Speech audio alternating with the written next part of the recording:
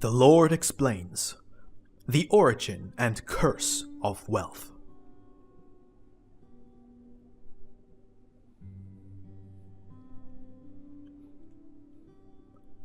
The splendor of the table during the morning meal. After I had finished this explanation, the innkeeper came with his healed son to tell us that the morning meal would soon be put to the table. And at the same time, he asked me respectfully for advice, to know what he should do, for his wife and children were continuously bothering him, that he should tell them who I am and from where I came, since I was able to make the blind eye of his son completely healthy again without any remedy whatsoever. He, as well as his son, did not want to betray me, for I forbade them. Yet I said, since I will be on my way after the morning meal anyway, you may then reveal to them who I am and from where I came, because if you were to tell them right now, my presence would soon be known in the whole city, and then you would truly be in trouble, for the people would crowd in your house. After my departure, you will nonetheless have your hands full with the curious ones. How much more would that be the case now, while I am still present?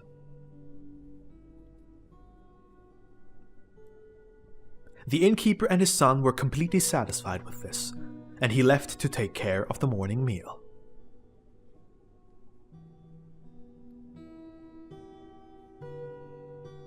It was immediately put to the table upon silver platters, as well as the wine in big silver cups.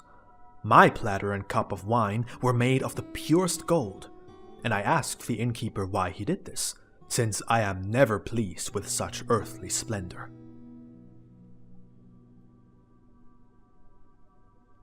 He bowed deeply before me and said, "O Lord and Master, it is true, I know that you are never pleased with such things, and that, when we honor and praise you, that you are only pleased when it is done with a heart that is filled with pure love.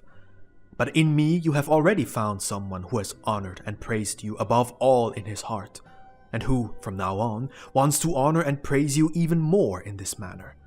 And I thought that I would commit a sin if I would not also give you, as the highest Lord of heaven and earth, the honor in the way that is already given to men who are of a certain esteem.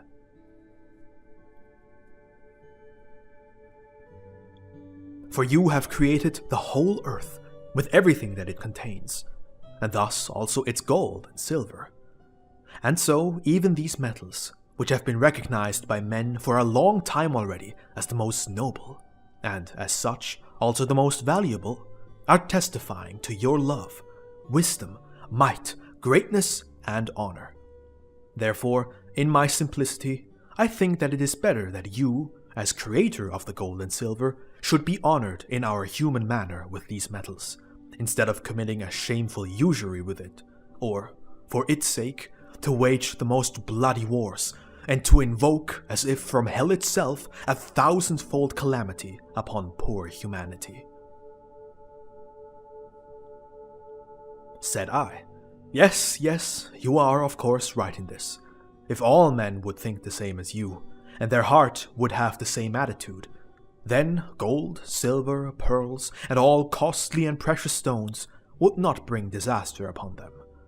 However, because men consider it important to honor God with gold, silver, pearls, and precious stones, they begin to think quite differently and assume a different attitude as well. And so it would be quite unwise of God if he would allow himself to be honored with that which caused the most and greatest disasters among humanity over the course of history.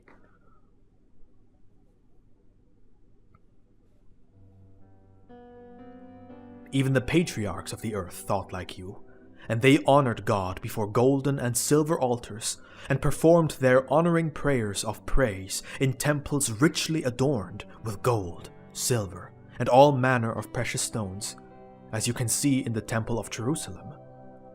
But what was the result of all that? Behold, precisely because of this, the aforementioned metals, pearls, and precious stones become ever so valuable in the imagination of the people in the first place.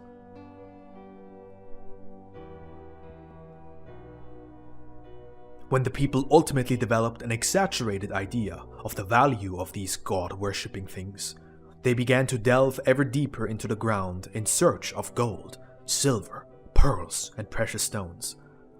By doing so, they slowly forgot God and thought that they would greatly honor him and receive enormous merciful gifts if only they could lay a big piece of gold, silver, or many precious stones upon the altar in his honor.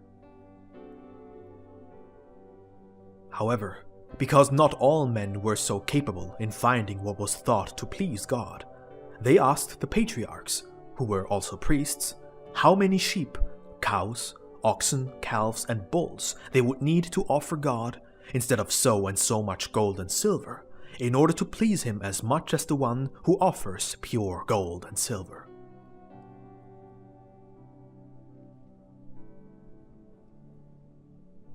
The elders and priests soon realized that this could easily and harmlessly be combined with religious services to create a lucrative business, and that it would also be beneficial for the edification and reassurance of the people. And so the priests began to weigh the gold, silver, pearls, and precious stones to determine their value according to the number of several animals, and later according to the amount of grain, fruits, quality construction wood, wine, dress materials, and many other things. Thereby originated the exchange dealings and the illicit trade, the evil and extortionate money changing, then envy, hatred, anger, persecution, lying, cheating, lewdness and earthly splendor, grandeur, superiority, pride, and contempt among the people, since they no longer measured their value according to the nobleness of their souls. The only thing that mattered now is the weight of the gold and silver, pearls and precious stones, the extent of the flocks, fields and vineyards, and the greater possession of many other things. That the poor were envious of the wealthy and began to diminish their riches by all manner of tricks, and that it did not take long before theft, robbery, and murder came into the mix, is obvious. For when materialism prevails evermore, the spiritual goes to ruin, and finally God will be to men nothing but an old, worn-out, insignificant, and useless concept, one they cannot even imagine anymore. Thereupon will utter godlessness, and through it all imaginable evils become commonplace, for all in the most unscrupulous way. Men take up arms, and those who believe they are superior seek to subdue with violence those they perceive to be evil. And when this comes to pass, laws will be introduced, disregard of which will have severe punishments as consequence. And this is how rulers, and slaves as their opposite, arise on earth. Behold, all this is the result of men using the gold, silver, pearls, and precious stones for external worship of whatever shape or form, thinking that these things are the most pure and noble matter.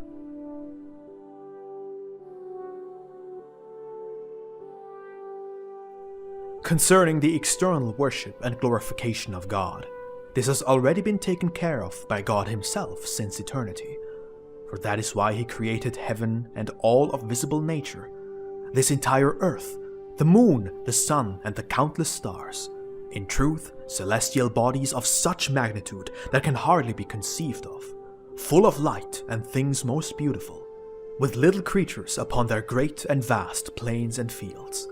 And this is sufficient for the external glorification of the great God and Master over everything since eternity. And so he has no need of the gold and silver, of the pearls and cut or polished stones of this earth. The only true worship and glorification that is pleasing to God should always consist of a pure heart that loves God above all else and one's fellow man as oneself, and also, the same in truth, of faithfully keeping the commandments that he gave to all men through Moses. All else is vanity and foolishness, even when it is done by one who is pure and pleasing to God. It is true that God is outwardly honored by certain groups of people, like the Pharisees, the pagan priests and priestesses who worship idols, by apparently pious individuals who are servants with only their eyes, by hypocrites who do not truly believe in him and never have believed in him, and this for money and other considerable offerings. But this is not only worthless before God, it is an abomination in his eyes. And this is also the case with everything that is grand and brilliant in the eyes of the world. Remember this, my friend, for you have heard it now from the mouth of the one who does not allow himself to be honored and praised by any form of matter, but only by a pure heart and will entirely dedicated to him.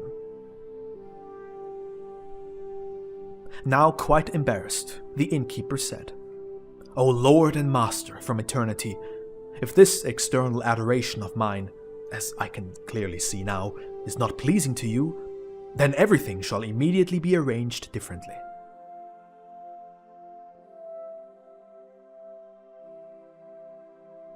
Said I, "Just leave it as it is now, for the fishes are well prepared, and this time we shall savor them even in these gold and silver platters, and the wine as well. But next time, leave it be." With this, the innkeeper was satisfied, and so we began to partake of the morning meal.